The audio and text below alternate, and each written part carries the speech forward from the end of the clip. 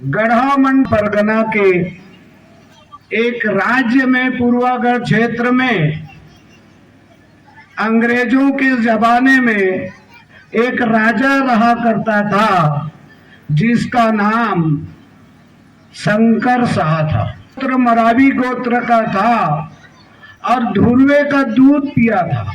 धुर्वे का दूध पीना मतलब बाघिन का दूध पीना। धुर्वे बेटी इतनी उनका टोटम जो है बाघ होता है और बाघ बेटी का यदि दूध पीना तो हम तो भी पिए हैं, तो हम भी बाघिन का पुत्र हैं। शेर की तरह उसके अंदर में ऊर्जा होने वाला, ऐसे संचार उसके खून में, उसके विचारों में देश के प्रति, गोंडवाना के प्रति समर्पण भाव, सेवा भाव था। तो 1857 में अंग्रेजों से लड़ाई लड़ते हुए उन्हें आज के ही दिन जबलपुर के नगर पालिका के कार्यालय के सामने बाप बेटा को दोनों को तोप के मुंह में बांध करके एक साथ उड़ा दिया गया। इस तरह गोंडवाना के शेर को खुलेआम चौक में सजा दिया गया। ऐसा क्यों किया गया? क्योंकि गोंडवाना के शेर जो है, अभी अभी नारा लगता है, देखो देखो कौन आया, तो लोग कहते हैं गोंडवाना का। लेकिन टीवी में एक चीज देखा हूं, एक शेर को दारू पी के रेंगते हुए कुछ लोग उसको ढकेल रहे थे। तो ऐसा भी शेर नहीं थे वो शेर जो है माला देवी के पुजारी थे, नर्मदा दाई की पुजारी थे और बेटा उसका राजकुमार रघुनाथ शाह जो है जबलपुर के अंग्रेजी सेना में शामिल थे। बाप बेटा दोनों भेष बदल करके गोंडवाना में रातों रात क्रांति की बिगुल बजाए हुए थे। अंग्रेजों को कैसे भगाना है। बेटा जो है अंग्रेजी शासन के योजनाओं को सेना कल क्या करने वाला है, इसकी खबर राजा को देते थे और राजा जो है भी अपनी जनताओं में हमें कल क्या करना है, अंग्रेजों के प्रति कैसे युद्ध करना है, हमारे देश में, हमारे राज्य में, गढ़मंडला में हमारी जनताओं का शोषण करने वालों के विरुद्ध में कैसी लड़ाई लड़ना है, ऐसी योजना बनाते थे। परंतु घर के भेदी लंका छेदी, आज भी कब का लंका जल गया, कब का क्या हो गया, लेकिन ये बात जो है आज भी है और आज भी चलता है। ऐसे ही घर के भेदी लंका छेदी हो गया और इनकी गुप्त खबर को अंग्रेजों तक पहुंचाया गया।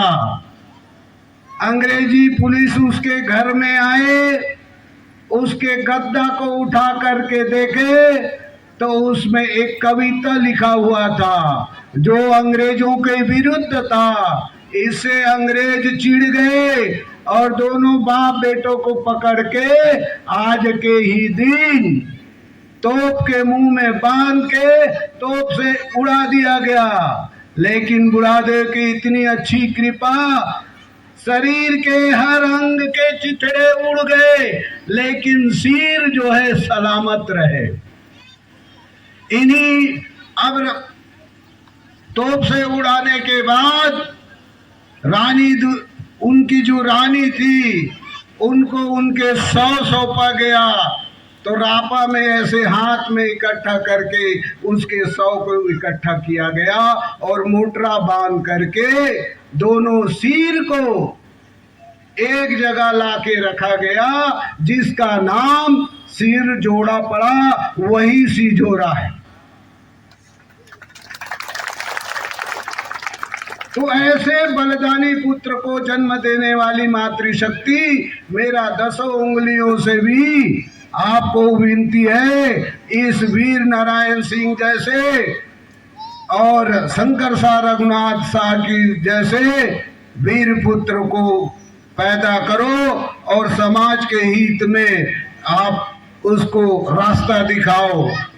लेकिन आज तो बड़ी विचित्र हो गया है, माता पिता बेटा पैदा करते हैं और काका दारू पिला के सब वोट को ले जाके सत्यानाश कर दिए, सब काका के देने हैं।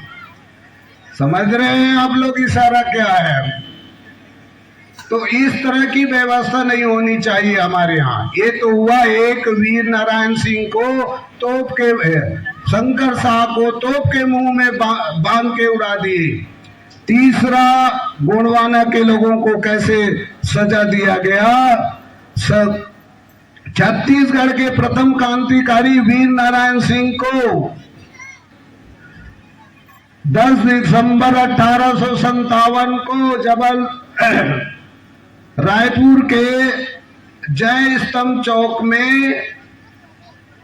10 तारीख को फांसी पर लटका दिया और 19 तारीख तक वो लटका था। ऐसा कभी किसी को सजा मिला है? लेकिन गौड़ लोगों के लिए ऐसी सजा दिया जाता था ताकि गौड़ लोग देख के डर जाए। और एक और सजा देखिए, तीरंदाज शब्द भेदी बाण का मतलब होता है जहां से शब्द निकले वहीं बाण लगना चाहिए।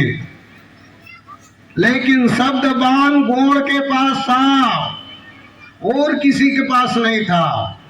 लेकिन लोगों ने कहा दशरथ जी के पास भी था।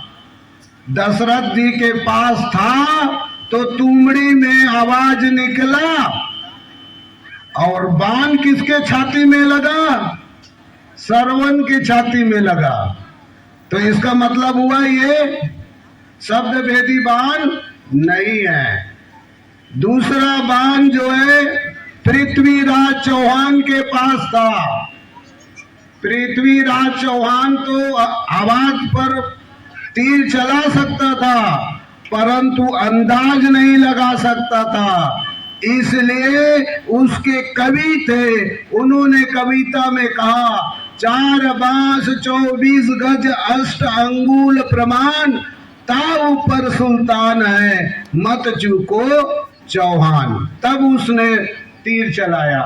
लेकिन हमारे गौड़ ने कुत्ता के भौंकने पर इतना बाण चलाया कि अर्जुन के कुत्ते के मुंह में बाण भर गया। अब जब अर्जुन उस एकलव्य के पास आया तो बोले ये है भैया आपका कुत्ता है, लाओ निकाल देता हूँ। तीर को जब निकाला ना तो तनिक भी खरोच नहीं आया, जरा से भी खून नहीं निकला। इसको कहते हैं शब्द भेदी बाण। तो मेरे साथियों, कहने का मतलब है आप लोग हर चीज के ज्ञाता हो, हर चीज आपके, आप लोग वीर हो, आप लोग वीर हो। और जो वीर से पैदा होता है उसे वीर पैदा कहते हैं, वीर कहते हैं। और खीर से पैदा होते हैं उसको धीर कहते हैं। आप लोग खीर से पैदा हुए हो क्या भाई? जो खीर से पैदा हुए वो तो बड़े हो गए। और जो माँ के कोख से पैदा लिए, वीर से पैदा लिए, और जिसको वीर कहते हैं, अरे मरावीर, मरावीर, मरावी। पेड़ को देवता मानने वाले, सरई पेड़ को मानने वाले, मरई परई और सरई। तो प्रथम लगुन देखने वाला परई में पानी धर के देखने और उससे बड़ा, उससे बड़ा, उससे बड़ा, और 12 नंबर का जो बाटी होता था, जो बड़ा होता था, तो उसको गांव का सबसे बड़ा वीर माना जाता था। तो ऐसे ही ये गांव है बाटी पथरा। तो काकर बाटी है भैया, काकर बाटी है, ये गांव वाले काकर बाटी है, बताऊंगा कहाँ है वो बाटी है। तो ये बाटी पथरा का मतलब होता है ठाकुर देव के पास पुराने जमाने में गांव के रक्षा करने वाले पहलवान लोगों के लिए इतना बड़ा बड़ा बड़ा बड़ा ऐसा बाटी रहता था, और हमारे गांव के बच्चे जाके उसको उठाते थे। जो सबसे बड़े पथरा को, बाटी को उठा दिए, उसको वो वीर कहते थे, गांव का पहलवान होते, महावीर कहते। तो ऐसे बाटी पथरा के रहने वाले वीर, आप सबको मेरा प्रणाम, जोहार, जय सेवा।